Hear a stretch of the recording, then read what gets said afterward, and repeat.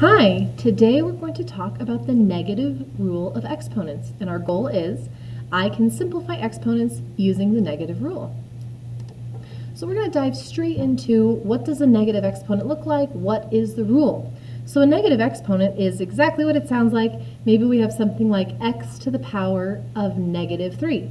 So our exponent has a negative in front of it. Well, you can see here we have this rule, x to the power of whatever our negative exponent is, and it turns it into a fraction with our exponent as a positive on the bottom. And that is because a negative exponent really means fraction or decimal.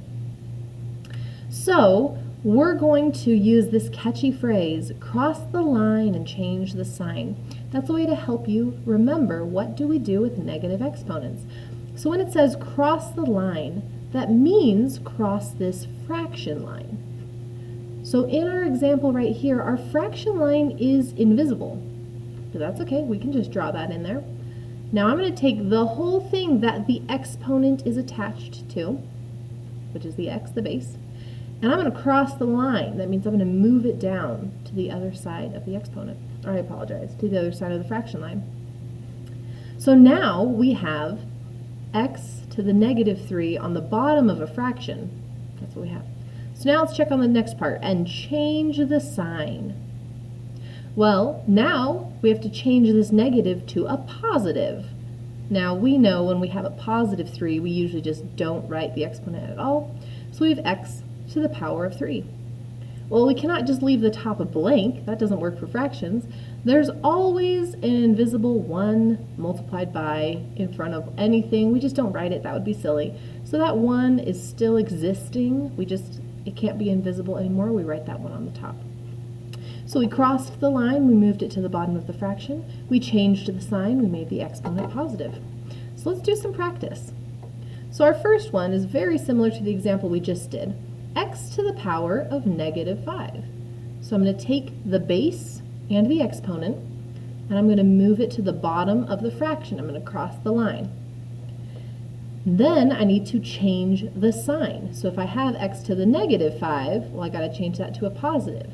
So it becomes x to the power of positive 5. We can't just leave the top of the fraction blank, so we put a 1 there.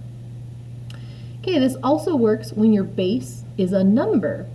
The 4 is attached to the negative 7, so we take the base and the exponent, we're going to cross the line, move it to the bottom of our fraction, and change the sign to a positive 7, and put a 1 on top. 1 over 4 to the power of positive 7. Now we have a tricky one here.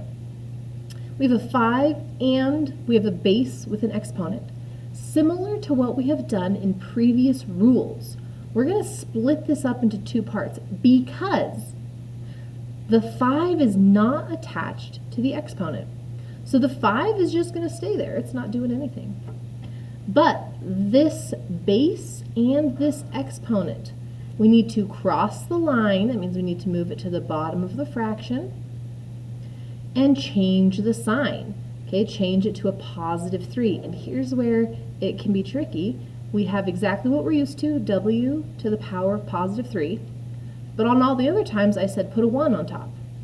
Well, we don't have a 1 this time. And that's because this 5 stayed on the top of the fraction.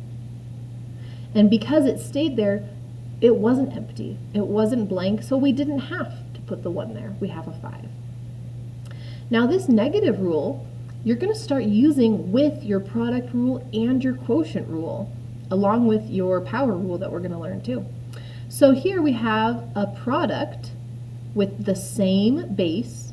So we've learned in the past, add the 2 exponents. 4 plus negative 10. Well, 4 plus negative 10 is a negative 6. And whenever a question wants you to simplify, they might even say simplify to a positive exponent. So we cannot leave it as a to the power of negative 6. We have to use this last rule that we've learned, cross the line and change the sign. So we take our base and our exponent and move it to the bottom of our fraction line. And now that we have it on the bottom, we make it a positive because we already crossed the line, so now we have to change the sign. And in this example, there was no other coefficient, no other number, so we had to write a 1 on top. So that is the negative rule of exponents. You got this.